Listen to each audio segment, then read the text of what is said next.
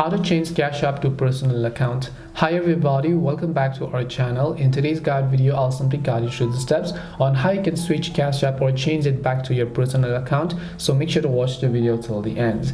Now, if you recently switched to a business account for your store and now you regret it and now you want to switch it back to your personal account, to do this, all you have to do is go ahead and then first of all launch Cash App. Then after you launch Cash App, you have to tap the profile icon from the top right hand side of the screen. Once you tap the profile icon from the top right, over here you'll find a section where it says personal or business info. Tap on business info here, and then here you'll find an option where it says switch to a personal account, and that's all that we have to do. But sometimes it might require you to contact the support team in order to switch back to personal account, so just keep that thing in mind. Tap on switch to personal account, tap on scroll down to the bottom, tap on contact support, and now you'll be able to contact the support team. Let them know that you want to switch back to the personal account, and then you should be good to go.